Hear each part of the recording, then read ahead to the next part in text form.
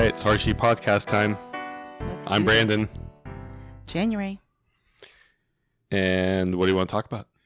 Well, first of all, I made Brandon trade microphones with me. So now he's got the pink one and I have the green one because I'm going to see if this helps with the sounds because he has such a deep voice and you guys can hear him. And apparently I talk too soft or I don't hold it close enough to my mouth. So we're going to see if this helps. We are going to see. I think I just want to make you keep the pink one just because. That's fine. Just make sure you keep the green one right up to your mouth. That's really awkward, but okay. No problem. Well, see, it sounds better when it's like this as opposed to like this. Stop it. Stop teasing me. What did you want to talk about before we get started on our topic for today? Anything you wanted to say or mention? Yeah, our last podcast had a great response to it, so that was pretty fun to see. And thanks everyone for that support. That was one of our bigger podcast episodes that we've had. So, and it was a fun one to do, actually. One I'd wanted to do for a while, and got a large outpouring of people going through similar situations or know someone who is going through similar situations. So it's good to sometimes know that you're not the only one going through a challenging time period, that other people are sharing in the similar struggle. It helps to make that feel a little bit less isolating. Right. Yeah, you said that it kind of felt as if a weight had been lifted from your shoulders just talking about it. Yeah. I mean, it's not like I'm some kind of famous person, and on some news show revealing this big secret, but it was nice to be able to share my story and see that it is actually helping some other people also feel the same way as me, not feeling as isolated. You don't have to be a celebrity to use your voice to help others. So, no, you don't. Not at all. When you, Brandon, or me, or anyone listening, when you use your voice, it just gives other people empowerment to use their voice. And it's an amazing, empowering trickle effect of support and more compassion and understanding. Yeah, and the thought I had going into it is, hey, if my story can help just one other person, then that's exciting to me. You never know who that one person is. Maybe That one person will be someone like you and start a massive movement. And yeah, I've actually had that happen with stuff that I share. Other people completely change their course of their careers or they start other movements, and I've seen that happen, and it's amazing. And I love it because we could use more of everything, all of this. Yeah, yeah, I think it's really great. So I'm glad that you shared it. I was worried about you. I was kind of going like, not mama bear, I guess, wifey bear, and just wanted to protect you. Yeah. But it was a relief for me too, being the spouse, or the partner in this situation. It can be very lonely and isolating as well. So I think that it's really powerful. I actually just shared the other night on my Instagram stories. If you don't follow me on Instagram, that's where I post the most. It was just about how I was having a really hard night and having a hard week, and I was, kind of sad and I couldn't sleep. And after I shared them, within a few minutes, I just wanted to go delete them. The shame is just there, and the doubts and the fear of being judged or having what you say or you're feeling used against you. And it's a legitimate fear because that does happen to people. But the conversation also won't change and the stigmas won't change or end if we don't face that fear, if we don't share without fear. Should I say that? But you know what? Even share with fear. There's those of us that birth with fear. It's not always all or nothing. So anyways, I kept them up. And then I continued to share how I made the next morning better. And I think that sometimes we just do a disservice by always sharing all the positivity stuff. I love that. Don't get me wrong. Like, we need more positivity in our world and our lives. But, when you see these people that you follow, or, maybe it's somebody in your religion or somebody in the self-help realm, sharing these positive messages and quotes and statements, it's like, okay, well, Susan, how did you get there? How did you get to the point where that you can actually apply that in your life? And so I'm trying to share all aspects of the journey and what it feels like when you're not there and what it takes to get there, because it takes work, it takes a lot of work. So I think it's important that we keep having this conversation, and we're going to have a little bit more of that conversation today. Yes. Where our topic today is Postpartum. Just postpartum. Yeah. And, not postpartum depression. A lot of people say, oh, well, I didn't have postpartum. It's like, yeah, you did, because you had a human. So, postpartum is not postpartum depression. They're two very different things. Postpartum is the period after you have a baby, whatever that looks like for you. So what? I feel like we're going to be in postpartum until our kids move out. So then I'll feel like I'm done with it. But it really is. It's the segue. It's like the segue transitional period between having your baby and when they do get older. And let's talk about that, how it's not 6 weeks, especially in the US, our postpartum is considered 6 weeks. That's when you have your final checkup with your OB or midwife most of the time. This is obviously the very typical situation here. Some of you listening might have something different, but 6 weeks, you have your checkup, you get cleared to be intimate again or not. Talk about pressure, right? It's ridiculous. And I'm pretty sure some men were sitting around a table in Congress or something and deciding, let's control time and postpartum periods. So, okay, dear, you've been cleared. Right. So it's like funny, not funny. I'll clear, dear. Stop it. But it's not 6 weeks, and we've been talking about the fourth trimester, which is 12 weeks, which is better, but it's not 12 weeks, and all jokes aside, for me personally, I feel like postpartum lasts 18 months to 2 years. Totally agree. Yeah. And, we're talking just in the beginning, you're keeping a baby, your baby's alive, you're feeding them, you're making sure everyone's healthy. You as the birthing person are healing, however that birth went, you're healing from it. And then there's emotional processing to do. Then your hormones decide if you're going to have further things past normal, I put that in quotes, postpartum period, with depression, anxiety, OCD, rage, psychosis, suicidal thoughts, so many different things and variations. And then you have to find a new ebb and flow with your partner, and then your hormones continue to change because at some point you get your cycle back, and then they continue to change more when you wean, whenever that is, whether that's like right away or 2-3 years later.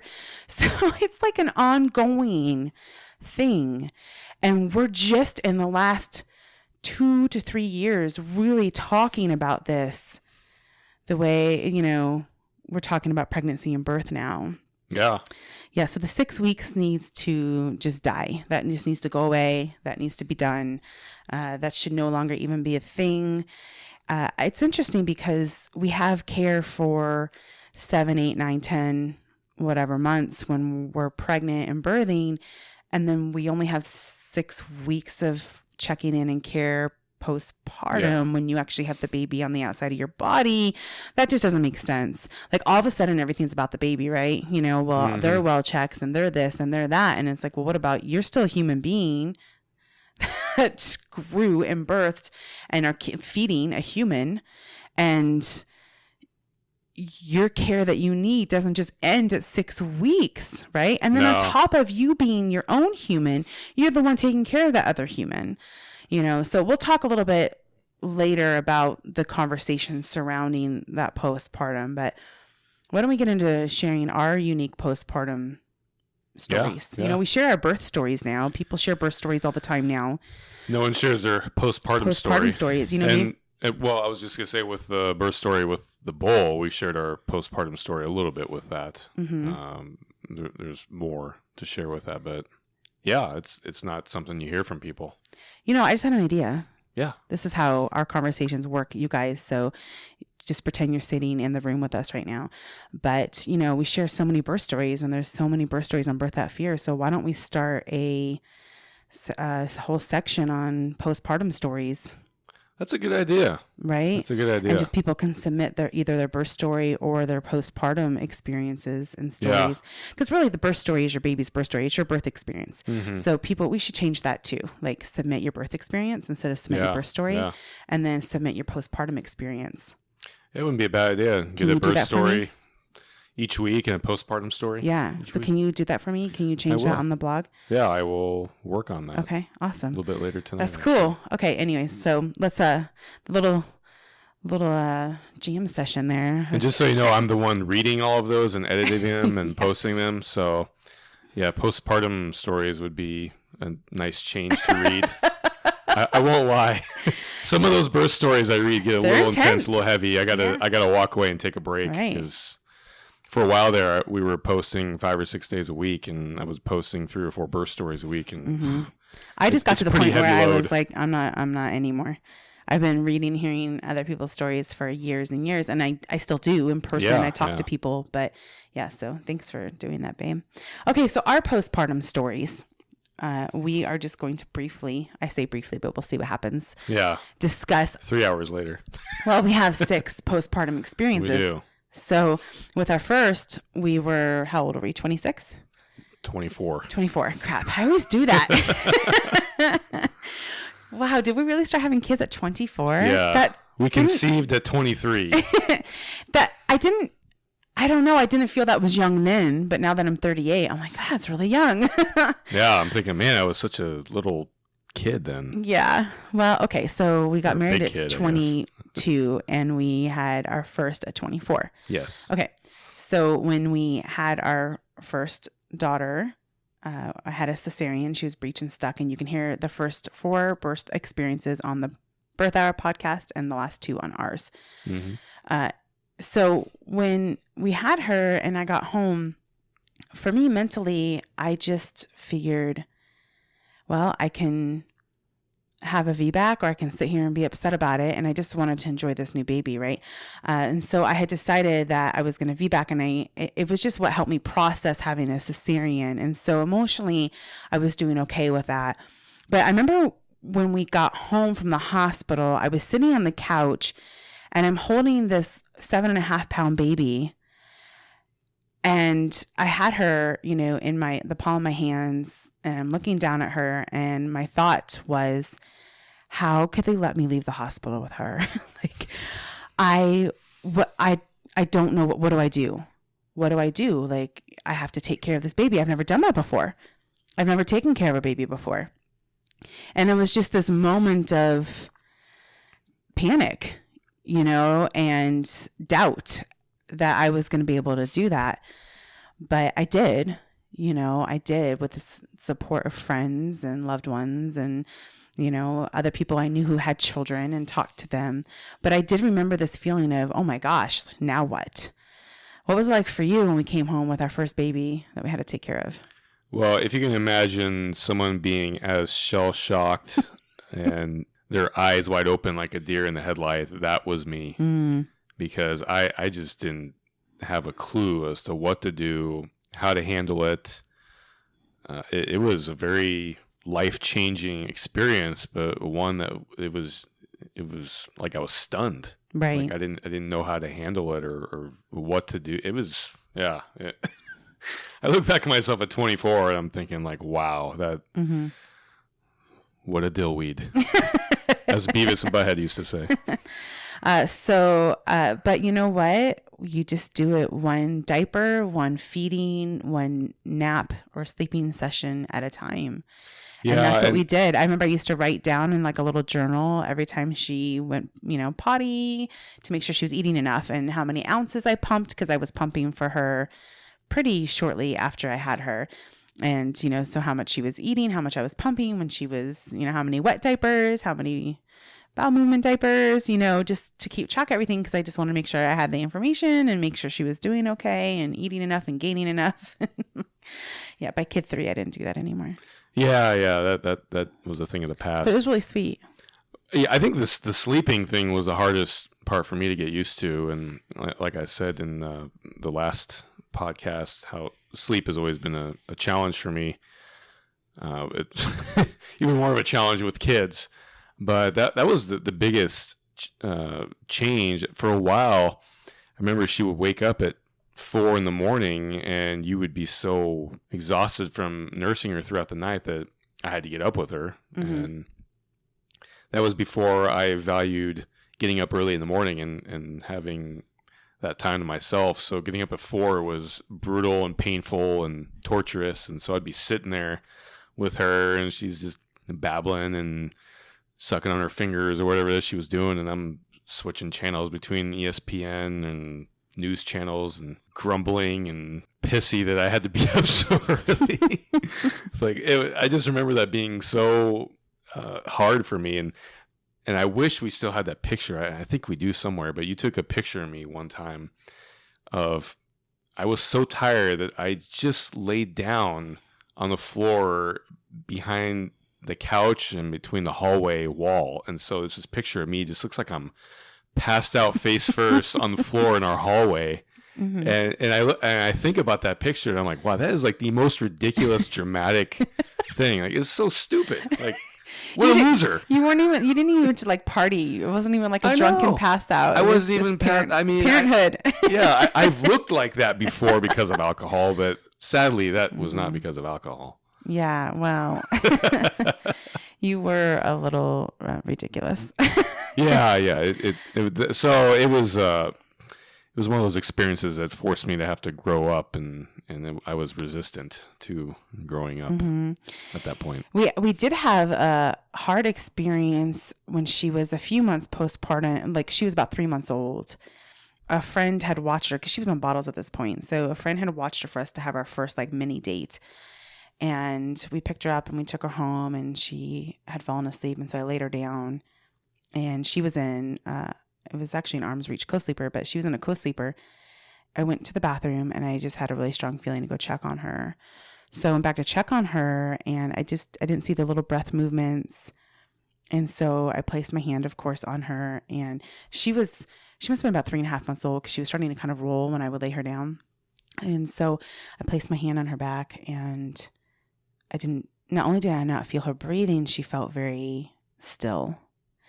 And so I picked her up, and she wasn't breathing. And so I panicked, of course, and I ran out into the hallway with her and was screaming at Brandon that she wasn't breathing and to call 911. And so we did. We called 911. I was on the phone with the operator as she was getting responders to our house, and she just wasn't responsive. Our baby wasn't responsive. So I laid her down on the floor and was about to start, I was checking her airways and was about to start, CPR on her, and she started breathing on her own and came to. And so shortly after that, all the firefighters arrived. They were the first to respond, and they arrived, and by the time they got there, she looked fine. And so, they're like, I don't know what happened. I probably look like this crazy lady. But we took her to the hospital to have her checked out, and she had a chest x-ray and some other tests, and everything came back clear. And I had previously worked in a chiropractic office, and I had taken her in to get her checked by our chiropractor. And one of the other patients there that I knew from when I worked there was an ER doctor. And I told him what happened. And he said, well, and he worked at a different hospital. And he said, well, what did they tell you when you took her to the ER? And I said, they did a chest x-ray and told me that if I hadn't checked on her, it would have been SIDS and sent me home. And he was not very happy with that. And he said, I really recommend you take her in further and possibly get her an apnea monitor, And so we did. And we took her to the pediatrician, and we took her to the doctor, and we got her an apnea monitor for a few months. And it's kind of like this whole thing. And we had to go to the children's hospital to all that stuff. And nothing else ever happened. We don't have a clear answer on it. I will tell you that I still, to this day at 14 years old, I check on all my children 2 or 3 times a night to make sure they're all breathing. And I still check on her at 14 years old and often think to myself, I'm so grateful I get to see her right now at 14 and breathing. Yeah. And I remember after we had her, I had a friend question me, are you always going to be in fear and always check on her? You're just going to check on her all night, every night? And I said, yeah, if I have to. I was pretty unapologetic then too. Yeah. So. Well, I mean, why not? If it's, right. You have that experience and you have anxiety about it. When you're having experiences like that, it is going to affect how you parent and how you feel and how you see things, and I know many of you listening to have had different experiences where what we're talking about. So we got through that, incident, and then she, was good to go. And then Brandon, like he was talking about, he used to get so cranky if she woke up and disturbed his sleep. And then we moved and Brandon started chiropractic school, and we shortly afterwards conceived number 2. And with our oldest, she ended up co-sleeping. Like, and gosh, you guys, we had the best time. It was great. We would go to bed. I'd have her bottle, and I'd have, any other bottles either made or nearby to make. And her and I would just sleep in. Brandon would get up and go to grad school, and her and I would roll out of bed 9, 10 a.m. I mean, this is like the one kid life. And she's still to this day a night owl, and she likes to sleep in. So it was great. And by the time she was a year or so, you started complaining. And I still give him crap about it now because I'm still pissy about it. But he started complaining, and he said she needs to go to bed earlier, and she needs to be in her own room, and she needs to be in her own crib. And really what he was trying to say is he wanted to spend some time with me in the evenings. But Brandon isn't always graceful about communicating how he feels. So that is true. I'm working on it. I did. We put her in her own room in the crib, and I was not happy about it. And I remember she wasn't happy about it. No, and we still nighttime parented and went in when she needed us or whatnot. And we didn't like cry it out all night. And she had her bottles, and that was kind of her lovey at the time. And I'm pretty sure I had a baby monitor. We were in an apartment. Yeah, we did. Yeah, we had a baby monitor. But I remember laying down those first 3 nights without her in the bed, and I just felt a loss, and it's one of those things in hindsight, I just wouldn't have done it again, and we didn't for future children. Well, in hindsight, I wouldn't have even pushed for that. I mean, because there wasn't anything wrong with her co-sleeping with us. It was that we needed to change a few things so you and I had some time together in the evenings, right? Right. But that's just when you have 6 postpartum experiences, you learn with each one. And at the time, that's what we did. And then when she was 21 months is when we had number 2. And for those of you that go from 1 to 2 kids, I remember one night she just needed me, and I was in her room, and she was about 18 months old, 18, 19 months. That was right before I had number 2. I was very pregnant, and I was holding her and rocking her, standing up. I was standing and rocking her in the room. And so she was propped up on my belly. And I remember just swaying back and forth and rocking her and and thinking in my head, how am I going to do this with 2? How am I going to do this when this baby is out of my belly and she needs me and he needs me? And just how am I going to be able to do that? So, but that was pretty much, our first experience. I don't know if it's being young or, I didn't have a lot of other experiences, but I healed very quickly from the C-section. I processed that I needed to have one. It wasn't a traumatic C-section, birth experience. And I just knew I'd plan a VBAC the next time. And when I had a hard time breastfeeding, I pumped a little bit and then I switched to formula. And guess what, you guys? She's fine. She's okay. So if any of you listening to this are feeling guilty that you're having to supplement with formula, if you won't give yourself permission to not feel guilty anymore, I'm giving you permission to not feel guilty. You're feeding your baby, you're loving your baby, and there's such a gray area there. Our lives are not black and white, and no one can judge somebody else for their decisions and what they're going through with parenthood. It's hard enough as it is. We're all trying our best so hard. So it was, for me as the mother, I felt like it was a pretty smooth postpartum and healing process emotionally and physically from the birth. How do you feel overall as the dad? Well, like I said before, it was a pretty shocking wake up 0 to 1 call for me. And so I look at it that way. The one thing I do actually look back at that time period and miss is because we did have to feed her with a bottle. I fed her a lot, and what I would do is I'd rest, I'd cross my knee so that my ankle was resting on one knee, and then I'd have her resting in the crook of the other knee, and I would just feed her the bottle. And it was so cute. Yeah, it was cool because I could just sit there and have my arms free and just hold the bottle there. Do you think you appreciated it at the time? Did you like it? I think at times I did. Yeah, I thought it was kind of cool because I had it. That's like the one thing I had mastered as a new dad. Right. Nothing else was mastered. Nothing else was mastered at all. It was it was a bit of a mess then, but yeah, that part of it I always enjoyed. You were very good with her and very protective of her. So I think you had more mastered than you think of. I just think that you were very impatient about the changes of going from 0 to 1. Well, and also too, I like when our kids are older. I feel like I'm a lot better with kids as they're older and can talk and voice their opinions, and we can have frank discussions and watch Marvel movies. Yeah, I don't dread teenage years whatsoever. It's the baby toddler stuff that I like. Right now with Beard Baby being where she's at, she's super cute, but I am so done with toddlers and babies. I'm glad you said that though, because there's some people listening right now that are thinking, oh wait, not me too, and I don't have to feel guilty about feeling that way. No. You do not have to love every single stage, you guys. No, it's okay. The baby toddler stage, I hate it. I openly tell you, I hate that stage. I don't hate it. I love it. Once they get to be about 4 or 5 years old, okay, life is getting pretty good here. I love it, but I'm done with it.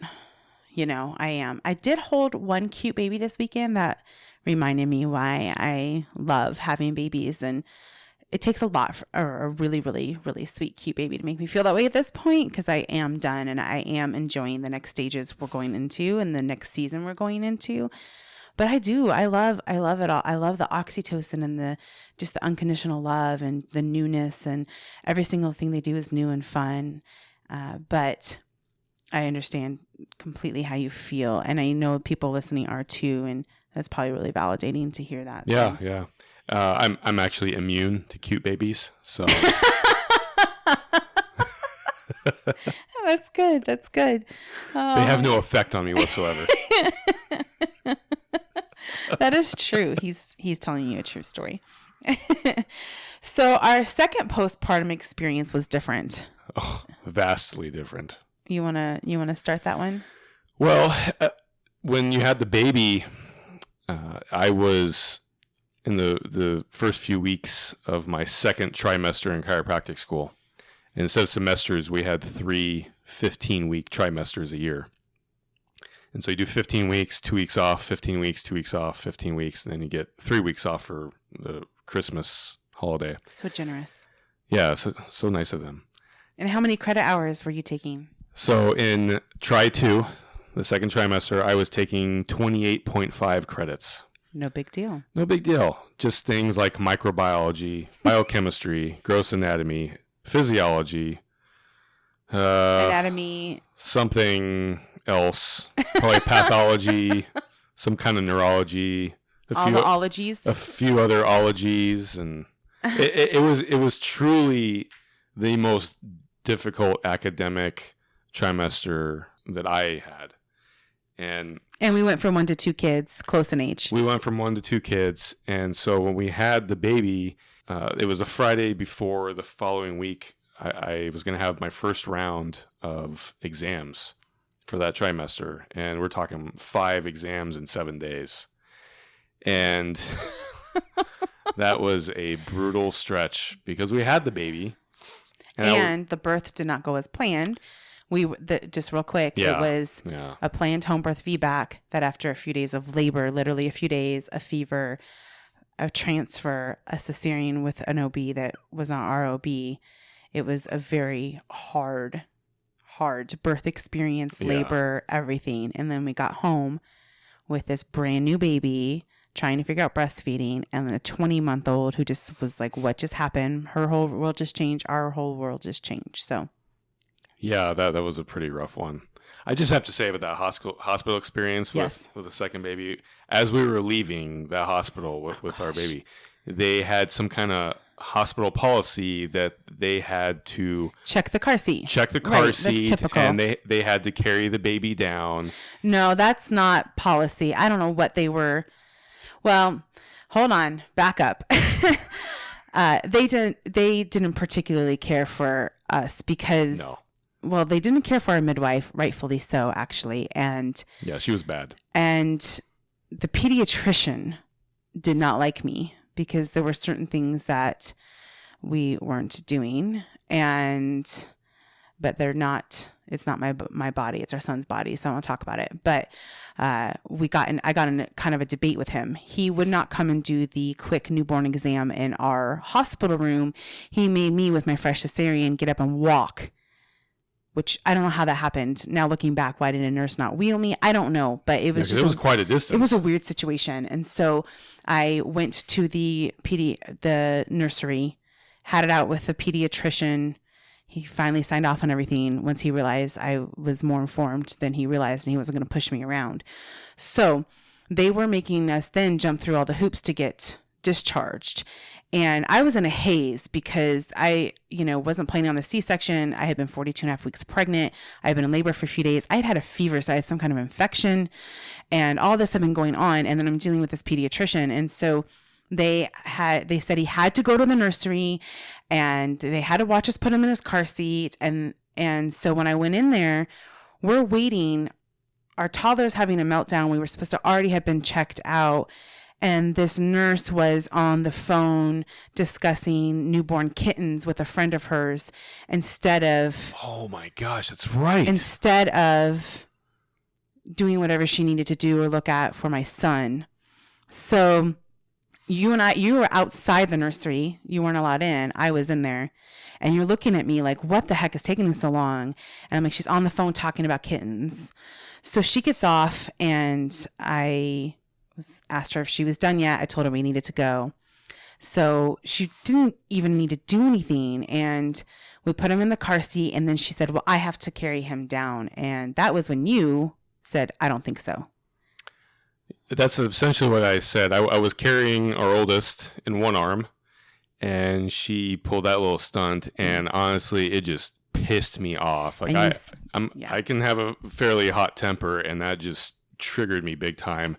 And I quite literally reached over, I snatched the car seat out of her hand, and I looked at her and said, I'm going to carry my own baby. My own son. Mm-hmm. And just gave her my patented death stare that we talk about.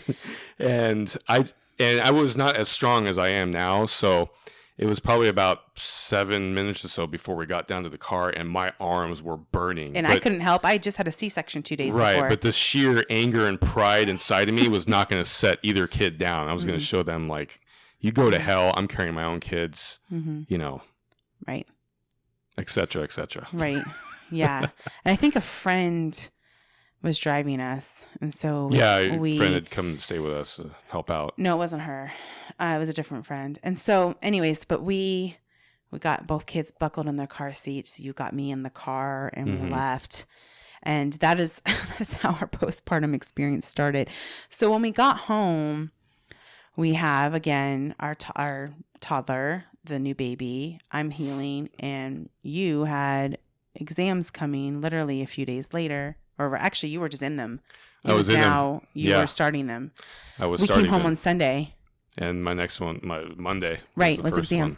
So for the next 3 weeks, I basically sat on the couch or bed or wherever trying to breastfeed this baby, crying every day over the birth experience, over my cracked and bleeding nipples, over the mismanaged care in my birth, and how now I couldn't give my toddler the same attention, and I just felt like a failure as a mom. And then you were not handling it well either. So both of us weren't handling it well because you had all these exams. You had a wife who was feeling this way where you couldn't fix anything, and then your back spasmed. Yeah, well, what happened is I had too much on my plate, so I decided I was just going to give up on sleep. And so that week of those exams, so stupid. I was averaging about an hour and a half of sleep a night. That's ridiculous. It really was. And I wasn't having any caffeine. I don't know how I did this. Because it was our Mormon. It was in our Mormon days where caffeine's bad. And I honestly cannot figure out how I did that without caffeine, but somehow I did. Well, not very well. Not very well. And so I would alternate in the middle of the night trying to help you out with anything that you needed while studying. Mm-hmm. And by the end of that week, I had a crazy, massive back spasm, and my back completely locked up. I couldn't even move for 3 days. And even looking back at that time, it's humiliating to feel because, here you are with your C-section and I can't even move. Oh, it totally frustrates me every time we talk about it. Yeah. It really does. And this is 12 years later. Yeah, well, because you think about it, I was like, well, that's stupid. Just get some sleep and sacrifice, get a C, don't worry about the stupid A. And then throughout that entire rest of that trimester, the next few months, it was frustrating because my back was a mess for a few months. All and that stress. I was going to a chiropractic school and there wasn't a single chiropractor at the school that could actually adjust me and help me.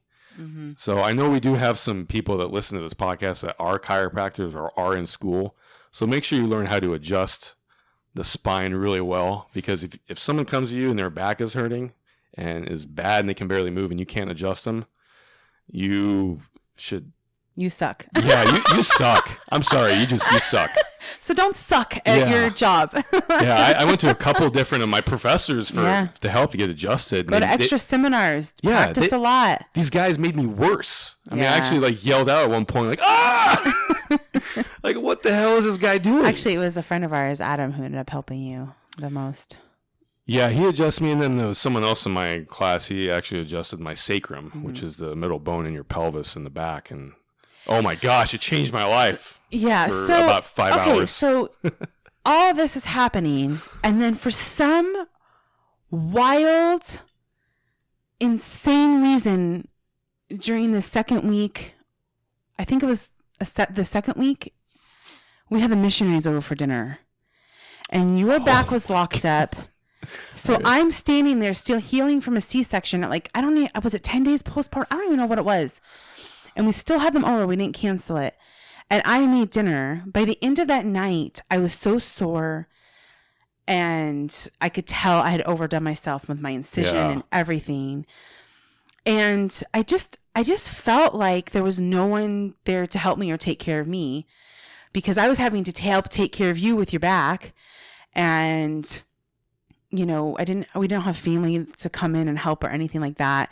We had a few friends, that helped here and there, but it was just, the struggle was real. So at 3 weeks postpartum, I'm sitting there on the couch, and I was just sick of everything. Not being able to feel like I could reconnect with my oldest, feeling like a failure with feeding my son, because, we were having some issues.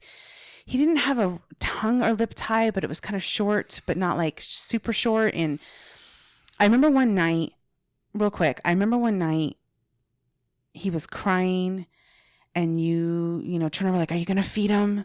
I'm pretty sure at that point I wanted to smother your face with a pillow, but, and I laid him I got him out of whatever, a bassinet or, sleeper he was in. And I laid him on the bed, probably to change his diaper or whatever. And he's like crying, wanting to eat because he's hungry. Yeah. And I remember looking down at him, thinking about how it was going to feel when I went to latch him on my very sore, cracked nipples, and thinking, I do not want to feed you. I don't want to feed you. And that does not make me a bad mom. That makes me normal, because so many of us go through this, and the middle of the nights are the worst. They're so lonely. And the next day I was sitting there, and I was just thinking about what I really wanted and what I was doing. And I just couldn't keep feeling this depression and crying every day. And that's when I told you that, that I was going to switch to pumping. And you were like, what do you need? What do you need? Yeah. And so we got a pump. We got a hospital grade pump. I forgot from where, that we rented, or we got it through Medicaid. I can't remember. Yeah. And that was a heavy duty one. We got, the bottles and everything. And I'm very fortunate to be able to pump a lot of breast milk, a lot. And I switched to pumping. And I'm going to tell you guys what happened is my depression lifted. My baby was fed. And I started wearing him skin to skin, which I hadn't been doing. We weren't bonding because I was constantly depressed and crying and couldn't feed him, or didn't feel like I could. And I started bonding with my baby. And then because I was wearing him skin to skin, he was then okay if I did need to lay him down for a little bit. And then I was able to take care of my toddler better and start giving her more attention. And this is when we really started to heal as a family and find a new ebb and flow postpartum. So when I see these debates about formula versus breastfeeding, I just, not only is it ridiculous because these debates like on Facebook don't change really anyone's minds. It's not sharing information. It's just everyone projecting and being judgy. But we don't live in this black and white world. We all live in the gray, and you just don't know. And I much rather a mom pump or formula feed or bottle feed than slip into like a postpartum psychosis. Like, come on. How does that serve anyone? That doesn't serve her or her family or the baby. Baby just wants to be fed, and so I pumped for 8 months, and I also shared that breast milk with a friend's baby. And then we made a homemade goat's milk formula, but that's a whole other story. But that's when we finally started to heal, emotionally, mentally, physically as a family. And I remember a friend tried to get me to still breastfeed, and no, like, take your nipple shields and get the hell out of my house. Yeah. You suck on them. And then this was also around the time where, we started like getting out of the house, going for some walks. And do you remember the walk we were taking and the conversation I had with you over your grades? Yeah, I remember that talk. And then you had another talk with me about that at the dinner table. So not a lot of talks. So what was this talk? Well, basically, I could get C's and stay married, or I could go for A's and be alone. And so I was thinking, well, C is for chiropractor. So I went from my first trimester, I did really good. I think I had about a 3.5 GPA. And that second trimester went down to 2.5. And then by the third trimester, I was fine with just straight 2.0 the whole rest of the way through. Oh, gosh. Well, you were being such a perfectionist, and you were constantly stressed out about needing to study and get A's on all these tests. And, we're over here, our family is growing exponentially at the time, really. Mm-hmm. And we were going through a lot of our own things. And it was like, when you graduate, no one's going to ask you if you got an A or a C when you go to adjust them. Like, it's just not even a thing. What did you get in biochemistry and try to? Right? My first question would be like, who the hell are you? Yeah. You some kind of. I'd much rather you've gotten C's and taken some seminars to learn how to adjust better, right? So, which is what I did later. When you go from 1 to 2 kids, it is a bit, I know a lot of people are scared about that. And for you, I think 0 to 1 was a big adjustment. And from 1 to 2, our life situation was difficult, but for me, it was my hardest adjustment and at the time. And, but you find your new ebb and flow, and things that help me were baby wearing, were going on walks with them in the strollers to get outside and get some fresh air. That sometimes was the only self-care I could get, putting my toddler up at the table with her own activities. Once the baby was around 5 or 6 months old, I started taking our oldest out on just mommy and her dates. Mm-hmm. That's when dates started. Dates are a big thing. When our kids feel like it's just a few hours just about them. Yeah. They don't even want to do anything crazy. They just want to hang out with us, spend time with us. Like, how beautiful is that? So I started doing some dates with her. And, you just finally, I don't know. I always say at least a minimum 6-month grace period, but you slip into a new ebb and flow. And I think the most important thing is to keep the discussion open between you and your partner, unless of course you're a single parent, but whoever your support people are, and, keep that communication open on what's working for you, what's not, why, how can you help each other? And I know all this is easier said than done, but, this is the hindsight thoughts and tips and kind of advice. And it's also, don't expect it to be easy. Don't expect it to be perfect.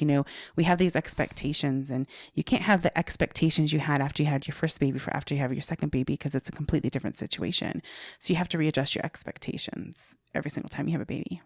Absolutely. Mm-hmm. I will say I've had a few messages and DMs here and there of people who are going to start chiropractic school or who are in chiropractic school and want to know what it's like getting through, postgraduate education like that with a family and with kids. And like we just said, sometimes you got to sacrifice the grades and the studying, and most of what you're going to learn for when you're in practice in the real world, you do not learn in school. Mm-mm. What you learn in school is what you learn to pass boards. Mm-hmm. That's what you will learn.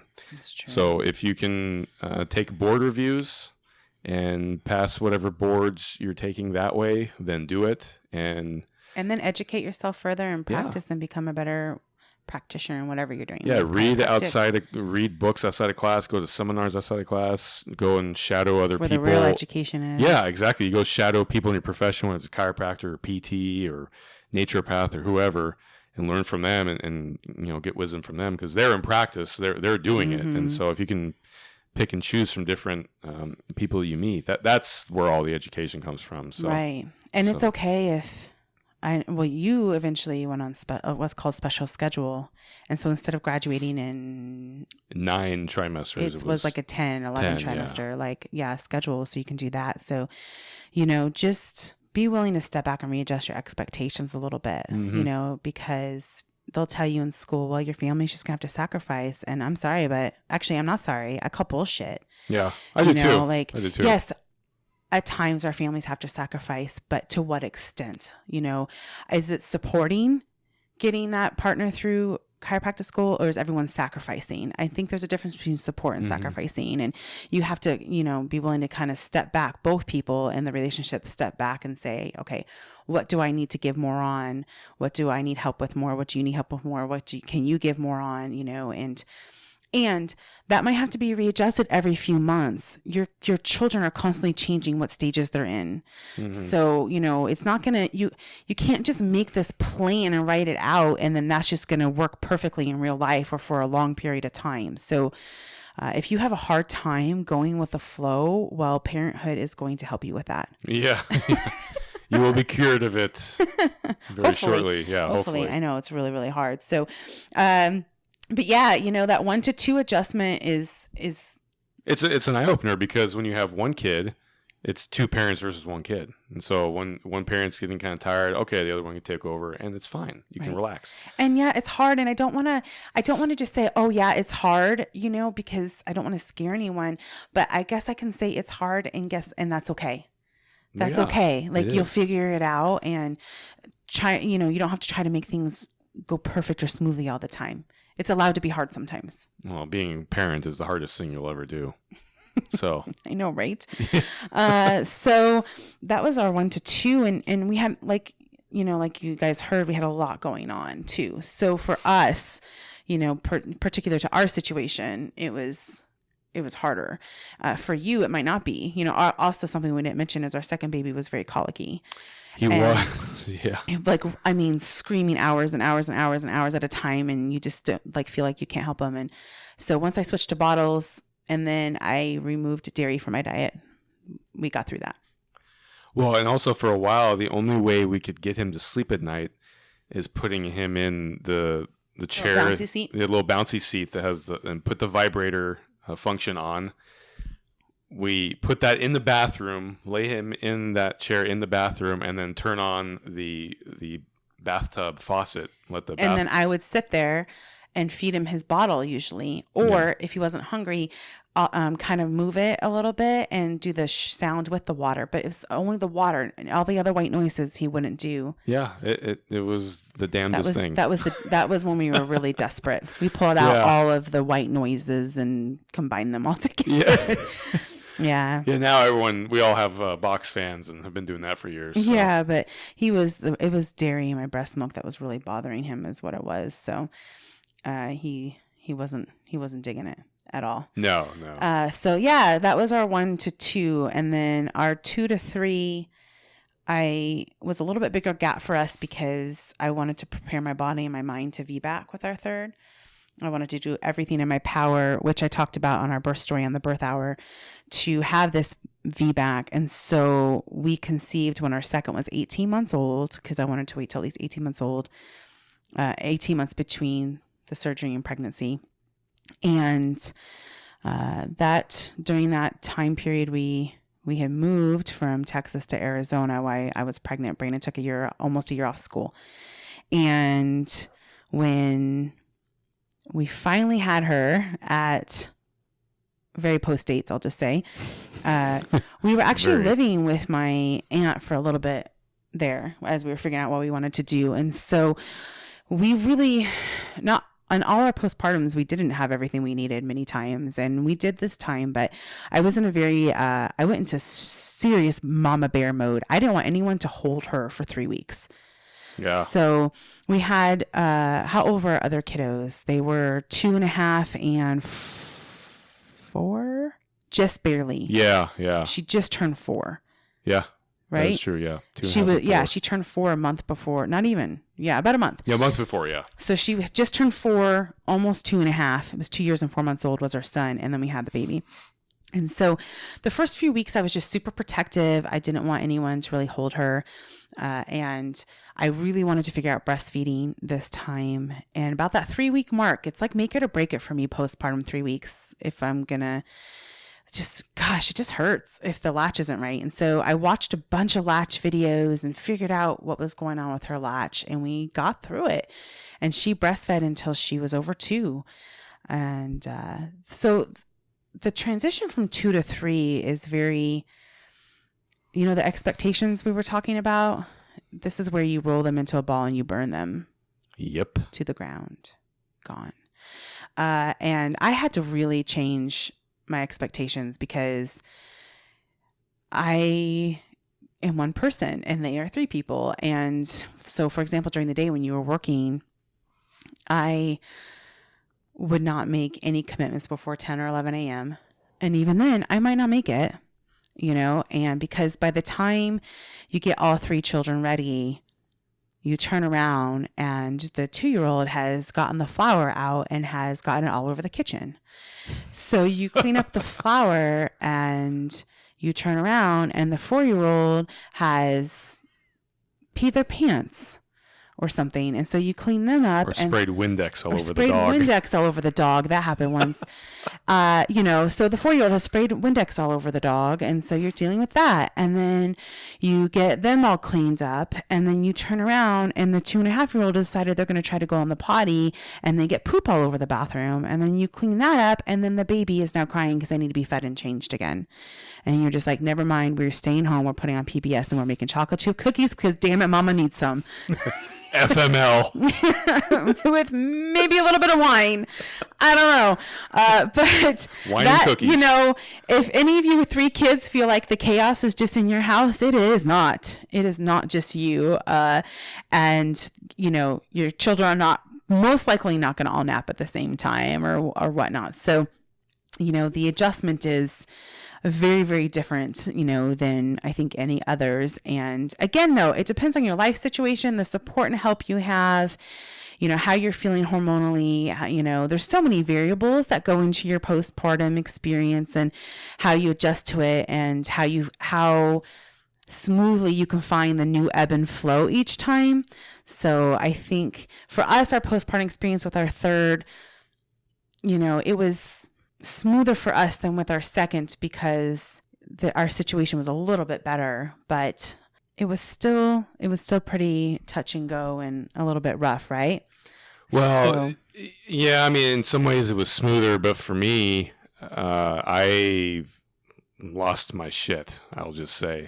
Okay, so that was my experience with our third and how I felt about it and how, and by the way, really quick, baby wearing and a double jogging stroller that I got used saved my life. So, do what you need to do to be able to get out of the house, just to go for a little walk or go for, get some fresh air, meet a mom in a local park, and just kind of, and then lower those expectations, give yourself grace.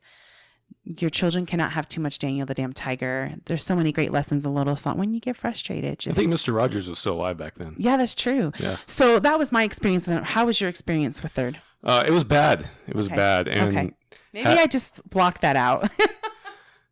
Well, having in recent months, having realized that, I've probably struggled with bipolar disorder my whole life, I can see now that after baby number 3, that probably set me into a really bad cycle of depression. And I absolutely feel like it was a postpartum depression type of scenario for me. At the time, I was 28, and I was just thinking I was having some kind of early midlife crisis. That's literally the thought that went through my mind. That was the conversation we had. Yeah. We really were like, okay, Brandon is having like this early midlife crisis. Right. Well, because what happened is I became so overwhelmed with chiropractic school and all the stuff they were teaching us that they said we had to know to become successful, and it was all getting to me, and I got so stressed out that I quit school, and I didn't want to go back and ever. I was so nice about it. I'm like, Brandon took a year break from school,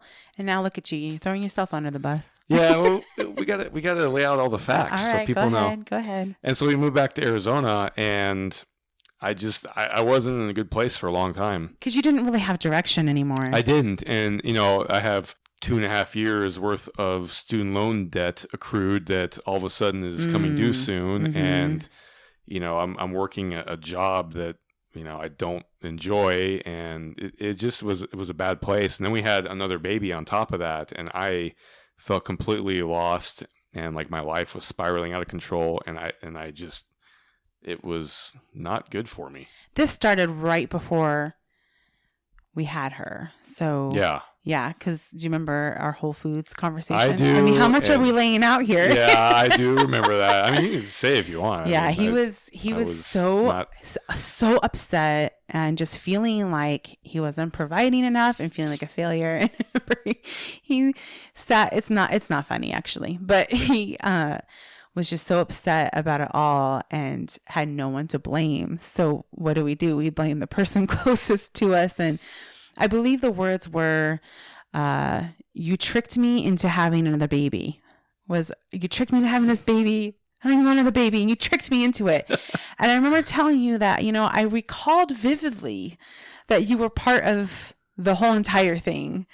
And so that didn't go over very well. And that's one of those things on the list that when I'm 90 years old, I will remember, and you will. I remember too. You will never live it down. I remember that conversation plain as day. Because that's kind of like the most horrible thing you could say to like a 9-month pregnant woman. Not the most horrible, but it was pretty bad. It was. Yeah. It wasn't said with my cute giggles that you're hearing right now.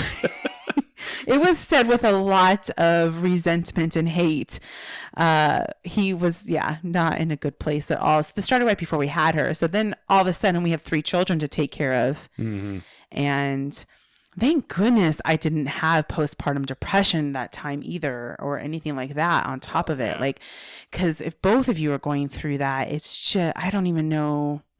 That's just really devastating. It was really brutal. I mean, I can honestly look back at that time and really feel like it was a dark period of my life. Mm-hmm. Like it really felt hard and hopeless, and I just didn't know what to do. And I feel very lucky because on the morning of New Year's Day, 2008, I had this extremely vivid dream. So she was born in October.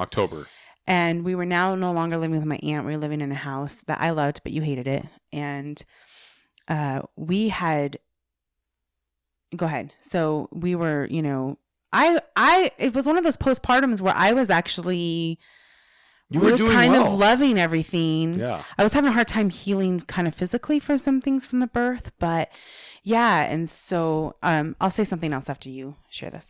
Well, that morning, that New Year's Day morning, I had this extremely vivid dream that I was going back to chiropractic school and get everything back in order to get re-enrolled and finish it up. And it was still to this day probably one of the most vivid dreams I've ever had. And it just clicked with me. And I woke up. I actually was woken up from the dream from our son running and crying as he peed himself. And I was confused because one minute I'm in Dallas, in the administrative office of the chiropractic school, and then the next minute I'm in Scottsdale, and my son's peed himself. I'm like, what the hell's going on here? Where am I? It was so vivid. So yeah, then I came to you later that day, and it's actually the last thing I thought you were going to tell me, because when you left school, you said you would never go back, ever, ever, ever. Mm-hmm. I asked you many times if you missed it or wanted to, and you said absolutely not. I did. One of the first things I did when we got to Arizona was find a chiropractor for me and the kids. And so when you said I need to talk to you, I had no idea that what you were going to say is I want to go back to chiropractic school and finish and become a chiropractor. Yeah, well, I was like, the first thing I think said, my jaw dropped. Yeah. Literally. Yeah. Like, are you kidding me right now? Well, the first thing I said is, I think I need to go back to school. And you're like, what? Yeah. And so there's a naturopathic school in Tempe, there in the Phoenix area. And so I was thinking initially, maybe I'll just transfer over and become a naturopath. But then we were thinking about, I was like, no, I'm Right. kind of a chiropractor at heart. So, but then I was going to try and transfer to the chiropractic school up in the Bay Area in California. I vetoed that. And yeah, you vetoed that because we already knew a bunch of people in Let's Dallas. go back to where it's familiar. Exactly. Yeah, you're going to have to eat crow and go back to school. Well, it was weird. I had this idea in my mind that I thought I was going to have to eat crow by returning, but no one cared. Yeah, they were happy to see you. Yeah, no one said anything. It wasn't you went back, though. You were just really grateful to be back. And I was, because I feel like I picked up on that. I had direction in my life, and I was going back in a trimester where it's notorious for being the trimester where everyone feels burnout and they're hating their life and they want to quit. And so all the rest of my classmates were like you did, hating their life, ready to quit. It's just like you did, sick of everything. And you were like so happy. I was just grateful to be back. And yeah, and by the time I graduated, about a year and a half later, I was at that point again. I was really sick of it and done, and was tired of school, but I was done. And so it was. Yeah. So something else I want to mention real quick before we move on to the next experience is intimacy postpartum. And this is something that's brought up a lot. And women are made to feel like they should just be ready at 6 weeks, or that they shouldn't be ready until 6 weeks. And there's so many variations of normal in that. And every single one of us is going to be different. And breastfeeding does impact that. And so if you are feeling ready to be intimate really soon, there's nothing wrong with you. And if you're not ready for quite some time, there's nothing wrong with you. There's many, many people who do not even really get their libido back until they wean their babies or their toddlers. So I will just say this, have the discussion with your spouse and your partner, both of you, the one that is birthing and breastfeeding and the one that is not. Have the discussion openly, continuously, because otherwise assumptions and resentment, and that helps no one. So when I had our third, you can listen to the birth story on the birth hour, like I said, but the midwife that we had, the CNM on call, it was not a good experience. And she gave me what's called a husband stitch. It's an extra stitch. And I didn't realize that at the time. And so for us, sex postpartum was for me, very painful. And it took until at least 6 months postpartum to start feeling like it didn't hurt anymore. And I remember us getting in an argument, and you were so frustrated with me that we weren't being intimate more. Again, wasn't your finest postpartum moments. And I remember saying to you were complaining that we weren't having enough sex. And I looked at you and I said, let me count on my hand the number of times you've been intimate towards me at all this postpartum, and I can't. And let me just tell y'all, that shut this conversation down, because it made him realize that he was just thinking about sex, and it's like intimacy is so much more. How many times had you touched me in other ways, or, had we just been close in other ways, or done other things intimately, and so this conversation is very, very important, because it's very easy for you. Like, if you're not talking to me and I'm not talking to you, you're just thinking in your mind, like, we're not having sex enough. Maybe she doesn't find me attractive anymore. Why isn't this happening? Like, where's my wife? Like, I want that back. And by the time you did say something to me, it came out very, very distorted and very badly. Yeah. And you don't want to wait until that point. And so, have this conversation as you kind of come up for air from the survival mode in the beginning, first few months of postpartum. Have the conversation with each other about how you're feeling, what you're needing, or what you're comfortable with, and know that the variations of normal are normal, and there's nothing wrong with you, and that we've had to find a new ebb and flow in our intimacy after every single baby. It doesn't matter how many kids you have, and that's normal. Well, and I mean, if you think about it, because we've had 6 kids, there's the first time that we actually did when we were 19, actually had sex, and then after each kid, it's like the first time all over again. So it's like awkward. We've had 7 first times. That's kind of cool. Yeah, and then I won't lie. The first time after my vasectomy, felt a little awkward for me. It was a little Yeah, weird feeling. I I'm not mean, gonna lie. So for me, I feel like I've had 8 first times and with you. people are so first times with me. Everyone feels so like awkward talking about it, and this is just part of life, you know? I Yeah. mean, sex is just it's a big part of life, and we have sex to make babies, and then we have sex to be intimate and close. We have sex for pleasure, and you know, after you have the baby and you're trying to figure out the intimacy and the pleasure part again, you know, things are different, literally, like physically and emotionally. And if you're breastfeeding, there's that aspect. And so just have the conversation about how you're feeling physically, emotionally, mentally about it. And, you know, you'll find a new normal, and you're not the only ones going through that. So, Well, no, because if you go from having sex 1 to 3 times a week, some people listening are probably like, what? yeah, well, I know. Well, we're a little different, but are you literally telling people on this podcast how often we're having sex? I'm talking about during the pregnancy. Okay, sure. Okay. So during the pregnancy, and then all of a sudden you have the baby, and then there's nothing for 6, 8, 10, 12 weeks. The first time after that is going to be awkward because there has been a long period of time where there hasn't been any the both of you have been out of practice. You know, it's just the way it is. And you're kind of worried, like, am I hurting you? Yeah. Are you okay? And you that guys, was always my worry, yeah. Same goes for C-sections. Just because you have a C-section doesn't mean that it's not going to be maybe painful again or awkward. Like, you still bleed postpartum. You still, you know, things still change for you. So, you know, it's like, it's funny, but it's just in a fun way. Like it doesn't have to be this scary conversation. It's a big part of relationships. So, and for some of you, it might even get better because you do have to communicate afterwards. So just be open to all the variations of normal there and just the new normal that you guys find each time. Yeah. Okay. So this podcast is not called Sex Without Fear. So we need to move on, honey. Okay. Not saying we can't do that at some point, but so with our fourth, this was our very healing birth experience. And I don't remember which episode this is. Do you on our podcast? You did this one on the birth hour. Oh, this one's on. Oh, that's awesome. The first 4 are on the birth hour, episode lucky 190. Birth hour, because this one is which episode? I think it's 190. Okay, 189 this was our or 190. healing birth experience, and I will tell you, it was a very healing postpartum experience too. Everything about it, and it's because Brandon was at the end of school and he was just about done, and so he was able to take 2 weeks off. Right, 2 weeks.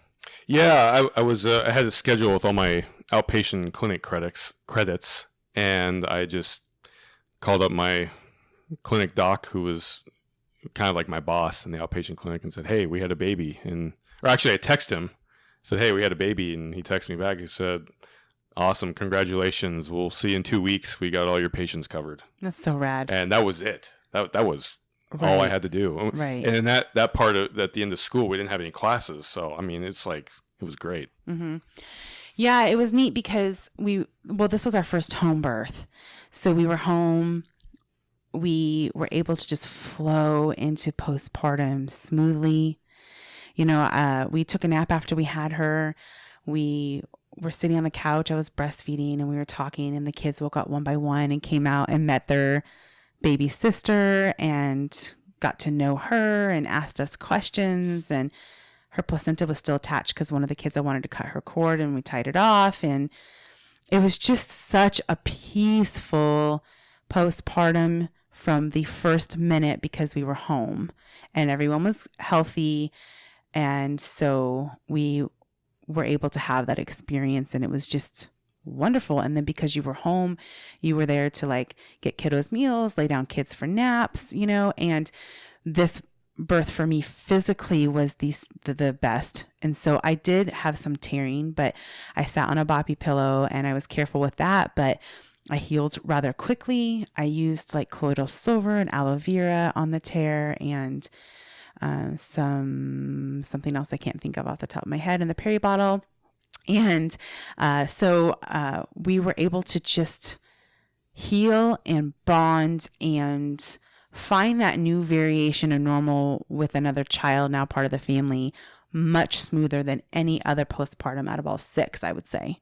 Absolutely. Yeah. So, and with breastfeeding, because I was still breastfeeding our third, when I would latch the baby and it would start hurting because of her latch, I could then latch on the toddler on the same breast and it didn't hurt at all. So I would know it was the latch. So I get oversupply. So the toddler kind of helped with that too. Mm-hmm. And I was able to figure out breastfeeding the easiest out of all my kids.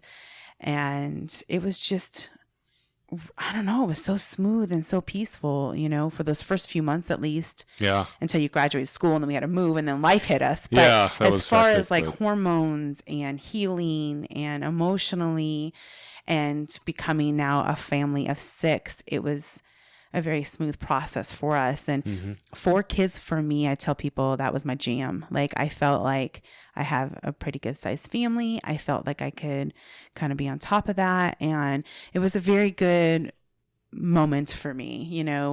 Our lives have been very up and down the last 10 years. And this was a very up time for both of us at the same time, which is wonderful. Yeah, it was great. Yeah. So, there really isn't a whole lot to share there other than just having, my husband home. And, this was a very, very healing birth for you too. So, you felt really great about the whole thing. We were basically living in a bubble of oxytocin for a few weeks. Yeah. And that's how I wish it could be for all of our births and postpartum experience and all of yours. And I know that's not always the case, but that's really our postpartum experience with her was phenomenal and wonderful. And I'm so grateful that we got to have that.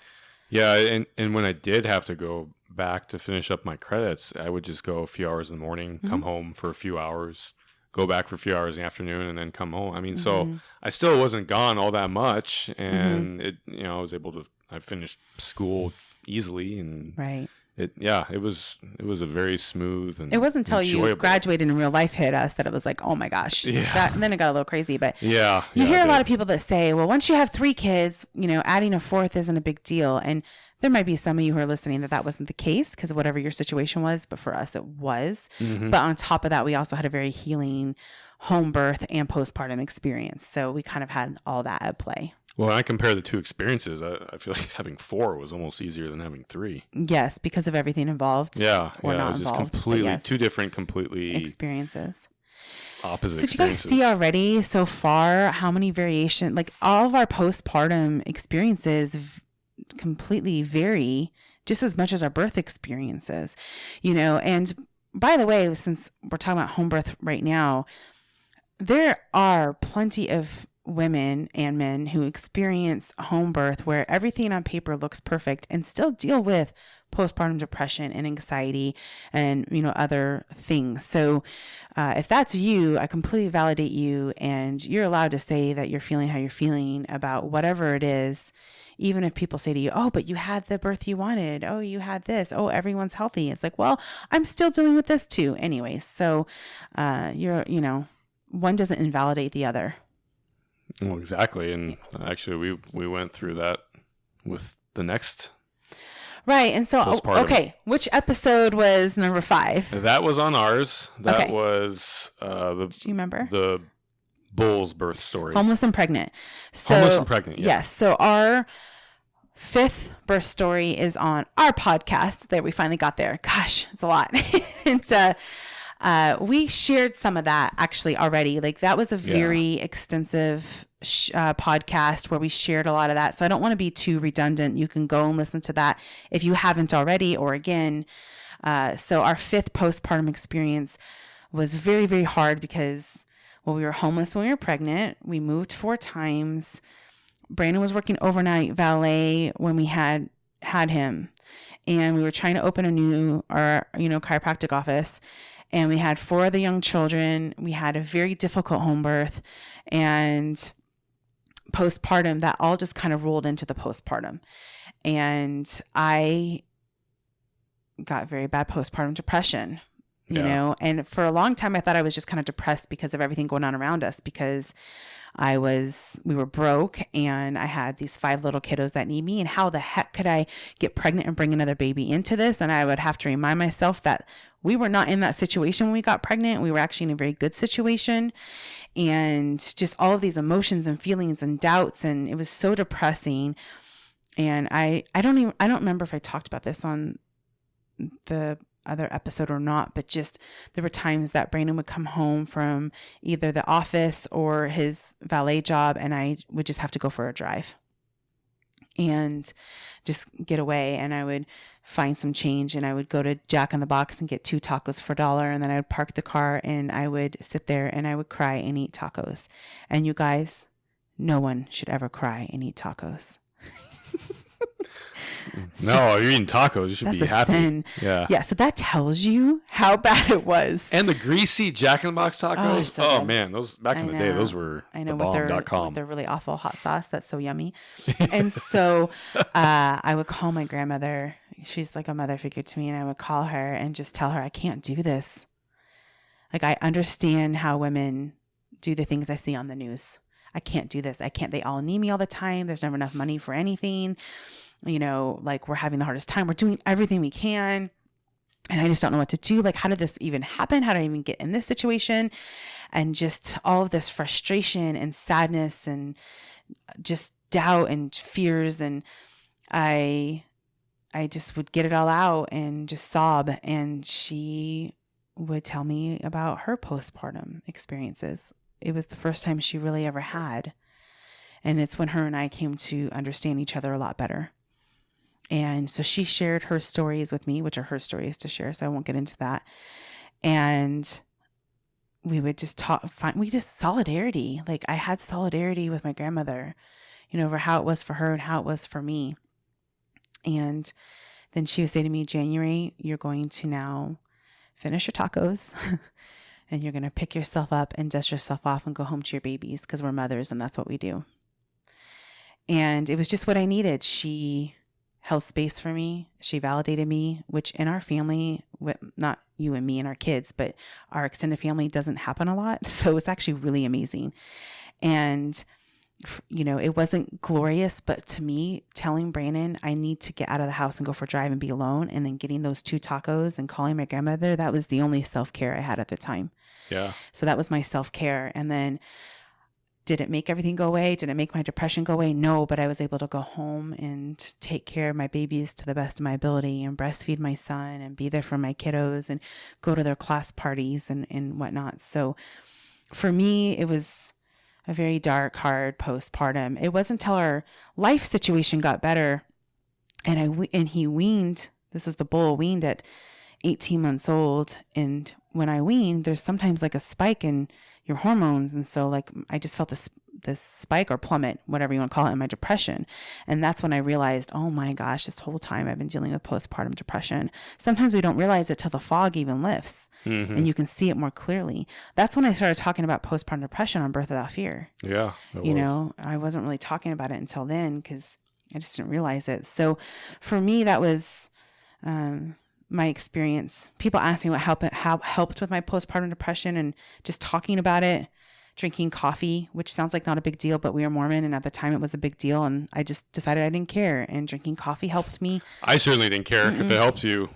I got called into the bishop's office for that. Yeah, well. I was like, do you want me to recommend? A lot of you probably don't know what that is, but he was like, no. He's like, if this is your biggest problem, we're okay, January. And he asked me if I wanted to quit drinking the coffee, and I said, hell no. Yeah, no. It's helping me, and there's nothing wrong with me having coffee. So the point is, if there's something that you need to do to help you and people around you are judging you and it's not hurting anyone, you know, do you, boo. Yeah. And one of the biggest things that I noticed while you were going through that postpartum depression is just you were up at night all the time. You just had I had insomnia. Insomnia. That's when I would stay up and work on Birth Without Fear a lot.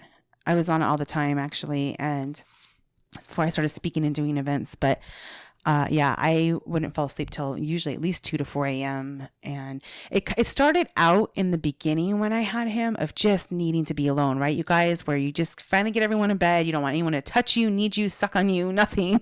You just want to be an adult human and be left the heck alone and sit there and have your glass of wine and watch your Netflix. And unfortunately for me, with being depressed, it turned into insomnia, and there were years there where I just was not getting sleep, and I know many of you are in that situation. So definitely take those moments for you, but also choose sleep sometimes because they're both important. Yeah, sometimes it's hard when you're going through emotional struggles and you have that. I remember when in the beginning I would come home from my valet parking job and In the morning. you had just gotten to sleep recently, and so I'd get the older two ready for school, take them, and then take care of the younger ones for a while until you got up, and then... And this is when you, in turn, helped me, that postpartum. Yeah. I do remember that. I remember thinking he should be coming home and going to bed, but since you were already awake, you would actually make sure I could rest for a little while, and then you would take a nap in the midday afternoon. Yeah. Some days I would actually have to go into the office and adjust some patients, but on days I didn't, then I would take a basically like a 4-hour nap and then go and do that all over again. And I feel like I'm too old for that shit now. Yeah. I don't think my body can handle that That's anymore. An understatement. But 5-6 years ago I could, so I did. And then once we transitioned into the practice I had in the Texas Panhandle, then during those sleepless hours you were just on birth out fear, working on that and putting in just an insane amount of hours, but it helped you. Yeah, it gave me an outlet. It did. It really did give you an outlet. Yeah, it did. It really did. It was a very hard postpartum for me, and my body didn't heal as smoothly or quickly or as well. My hormones, I feel like, have never been the same. I think for me, my fifth it was kind of the tipping point for my body, and I'm still healing it right now. And that was 6 years ago. Yeah. So yeah, I actually feel you adjusted to 5 kids better than I did. I did. Absolutely. Yeah. So, and once, like you said, we went to the Texas Panhandle and you opened the office and things were really smooth for you. You're providing for your family and you just felt so much better about life and things. And things, of course, felt better to me too, but there was still this other things that I kind of needed to work through, and I did, but it took some time, and that's okay. So you guys, every postpartum is so different. Yeah, wow. It is wild. We're They're as talking unique about as our births. I've never done this before. Like I've never even speaking. I've never just shared my postpartum experiences. So you guys that are listening to this is the first time we've ever done this, where we just sat and shared our postpartum experiences. So, all right, we're at our last one. Number right? 6. So with number 6, when we were preparing for the birth and planning for the birth, and again, you can listen to this birth story in our podcast. It's also right now on the Birth Out Fear blog. But I realized that after all of these 5 postpartum experiences you guys are hearing, I had this moment of clarity that I was never preparing for postpartum the way I was preparing for my births. And so I decided it was going to be different this time. And I wanted to prepare more for postpartum, for whatever the variations of normal that would happen, just like they would happen with birth. You can't predict birth. You also can't completely predict postpartum or your hormones or how things will feel. So I wanted to prepare as much as I could. So I did that in a few ways. Well, first of all, I had hired the care providers, and the follow through with the postpartum care for both our OB and our midwives was wonderful. They all followed up care with us, and that was amazing. And I remember just feeling so grateful for it. And my midwife said, "Why are you thanking me for doing your postpartum visits?" And I said, "Well, I transferred care." And she said, "Yeah, and I'm still your midwife." I said, "Well, a lot of times when women transfer care, I hear often that they feel abandoned by their, midwives and their, other care providers, because it's just not handled professionally." And she looked at me, kind of furrowed brows and confused, and said, "Well, I would think in that situation you would maybe need us more." And I said, "I know, right?" So our postpartum care with our providers was very good. And then let me just say real quick that experience with those particular midwives at the very end of that pregnancy was our first good experience. Yes. With midwives. Yes, it really was. Like the very end. Yes. People think that I must be pro, like on Birth Out Fear, they don't know me. They think I must be like pro midwife and anti-OB, and it couldn't be further from the truth. Yeah, and absolutely not. I am pro competent, supportive, caring providers, whoever the person is behind the title, you know? So anyways, I also prepared kind of more physically, like I made postpartum bins to put next to wherever I knew I'd be sitting most of the time, breastfeeding and healing. And in those bins, I would put, pacifier, if, you're using pacifier, nipple cream for breastfeeding, any pumping parts if you're pumping, diapers, wipes, onesies. And then once baby was here, some snacks, water bottle. Snacks. Snacks. That's like the funniest video ever. Snacks. Now I have to go watch that again. We're doing Saturday night at 10. I'm gonna have to post this after the podcast comes out so people will know if they didn't see it what we're talking about. Oh my gosh, it's so funny. So I did that, and we had a 2-story house at the time, so I did one upstairs and one downstairs, which I needed because I had a cesarean especially. And I also put a bin in my bathroom that had any things I would need in there, like the sea salve for my scar, peri bottle, anything I wanted to put in that. I had hair ties in all the bins, and I also gave myself space and grace to sit down and watch Gilmore Girls and Supernatural, because I don't do that, especially as a working mom, but even not working moms, like we don't give ourselves permission to just sit down. And I know that my husband would not need to be given permission to sit down and rest and heal and watch his favorite shows if he just pushed a baby out of his body. So like that wouldn't even be an issue for you, would it? No, it would not. You would be like, does everyone not see what I just did? So serve me, minions. I'd have one of those little bells and be ringing. Serve me, minion 1, 2, 3, 4, 5, so yeah, we need to do that for ourselves, ladies. Okay. Yes, you do. So, giving myself that kind of grace. Also for us, because we're not by family, having a postpartum doula. Those first few nights after we had our 6th, we were still healing from the flu, and I was healing from surgery, and Brandon was no use to me or the kids because he wasn't sleeping and was still trying to heal from being sick. So having a postpartum doula for 3 nights so he could go sleep and heal, so then he could be there and be, dad and partner and, husband.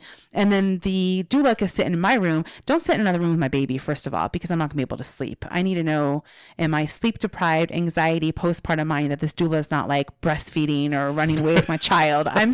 You know what? We have these thoughts, and you're tired and you just had a brand new baby. And I needed that doula to sit in my room, watch that baby breathe so I could actually fall asleep. And then when baby needed to nurse, help me sit up, help baby latch on, and then I burp baby, she got me change her, and then I can get a little bit more sleep. Just 3 nights with a doula made all the difference in the world, Yeah. So if you can't afford a doula, look and see if there's sliding scale doulas or doulas in training, postpartum doulas in training, because not everyone has the same finances. And no, it's not cheap, but there are ways most of the time. I know some of you may be in little small titties. You have to edit that out. I said titties. You're not going to edit it out, are you? I might just leave that in. Cities, small cities, not small titties. I apologize to those of you with small titties. No. Your breasts are perfect. Small cities, Jesus. This is the exact reason I didn't want to do a podcast, because I would say something like that would be recorded and I'd be doomed for all eternity. How red is my face? It's pretty red. Some of you live in small cities or don't have the resources you need. Oh my gosh. That just happened. It's time to get off. It's time to be done. It's time to wrap up. Anyways, so just find that however you can with just family or neighbors or friends or support. But our 6th postpartum, is there anything else that you want to add to how that went? Well, for me, I got postpartum depression again with number 6. Yeah. And, we touched on a good amount of this with our last podcast when I talked about having bipolar disorder, but it really, I feel like it started taking me on that downward spiral right after we had baby number 6. and then we had to move again, and there was this sleepless nights for months because of the teething, and it just was one thing after another, and so it was bad for me. I'm not laughing at your depression. You're laughing at me. I'm not. No, I'm not. You're laughing at my pain. I cannot believe I said titties. Oh God, that was so good. Okay, I'm not laughing at your postpartum depression. I'm not in the mood for laughing. Not in the mood for jokes. Oh gosh, yeah, it's awful. Sorry, it's awful. Postpartum depression. It's a real thing. Yeah, and for men too. Yeah, and so it just really sent me into a downward spiral that I'm really only recently just pulling myself out of. Yeah, she's 2.5.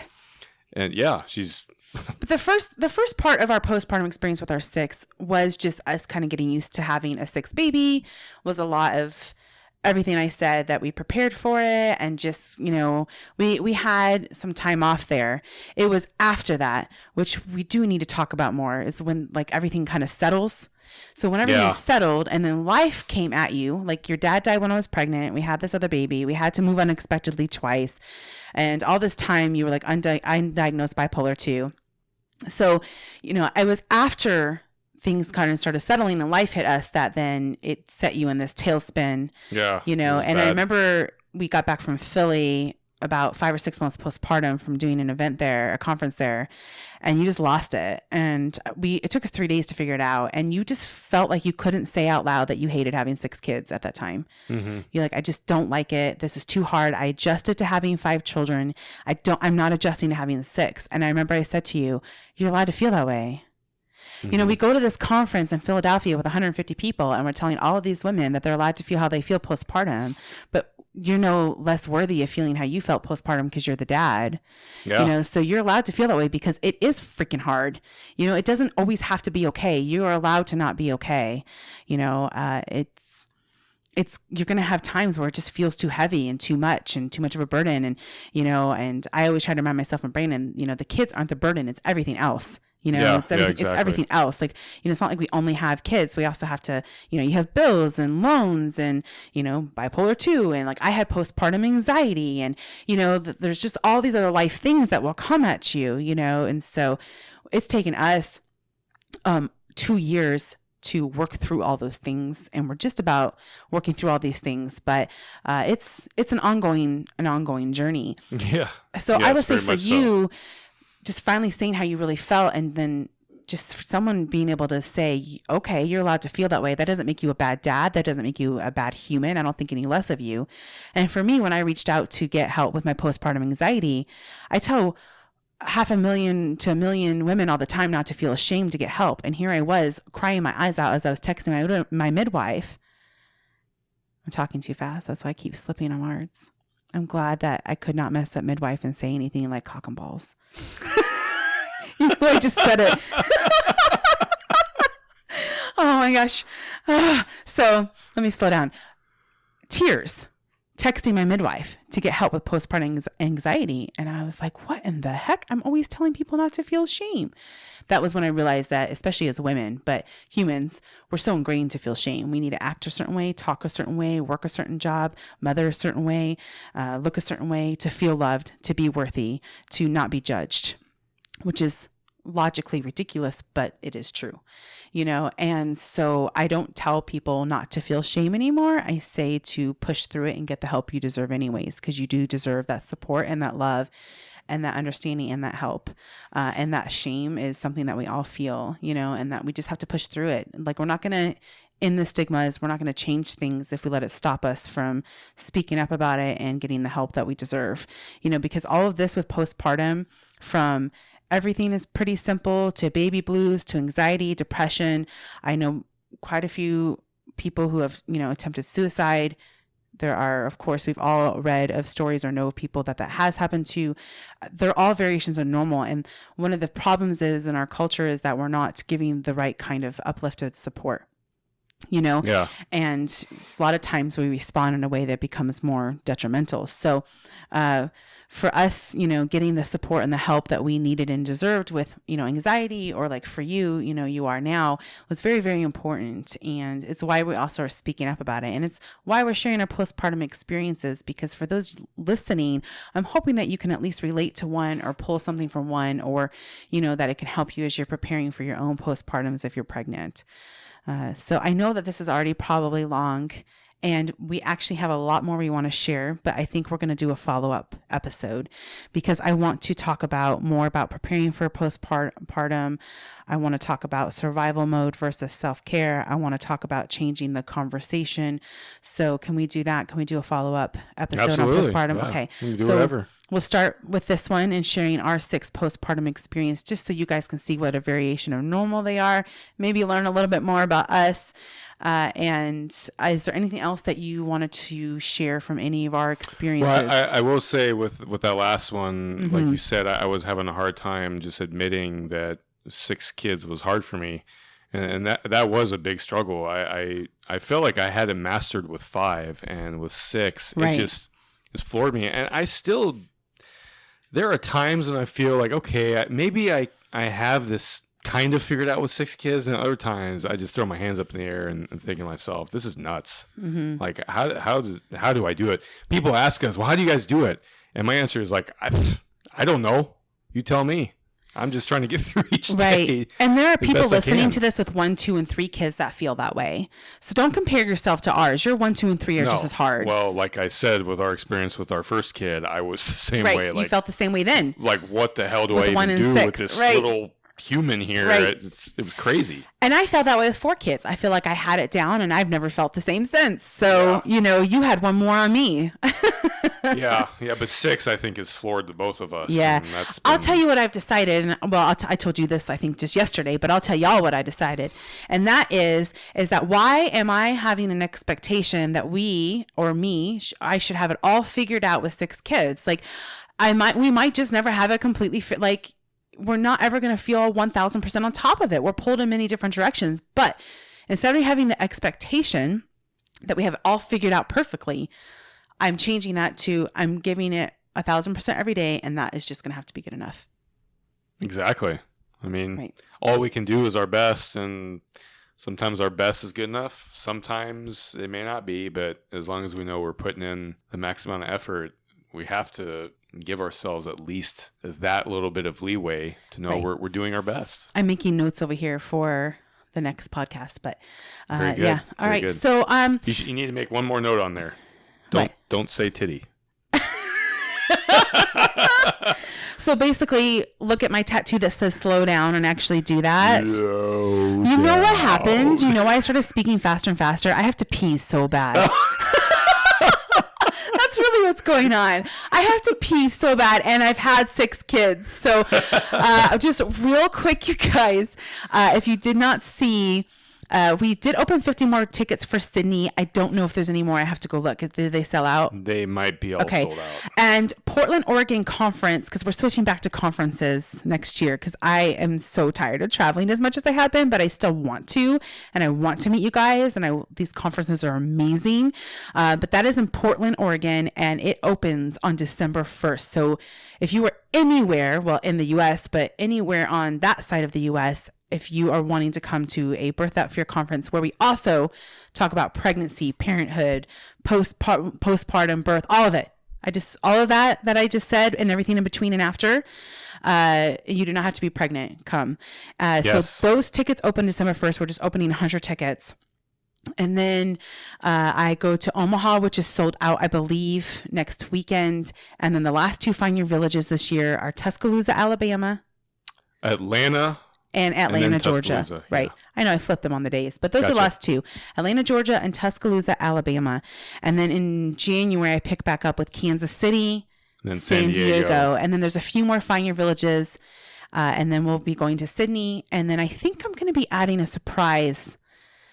If you're anywhere near Kentucky, just stay tuned.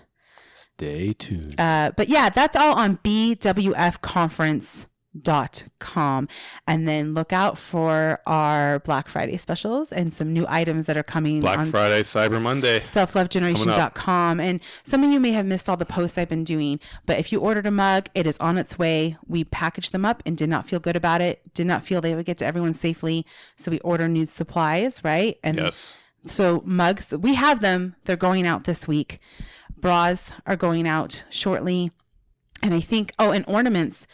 It says on the website that they're getting shipped at the end of the month, but some of you might have missed that when you ordered it. So those are not late.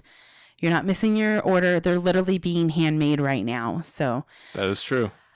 Okay, I think that's all the announcements. Thanks for listening. We will have more on postpartum next week and offer some self-care by peeing in the bathroom. Until next time.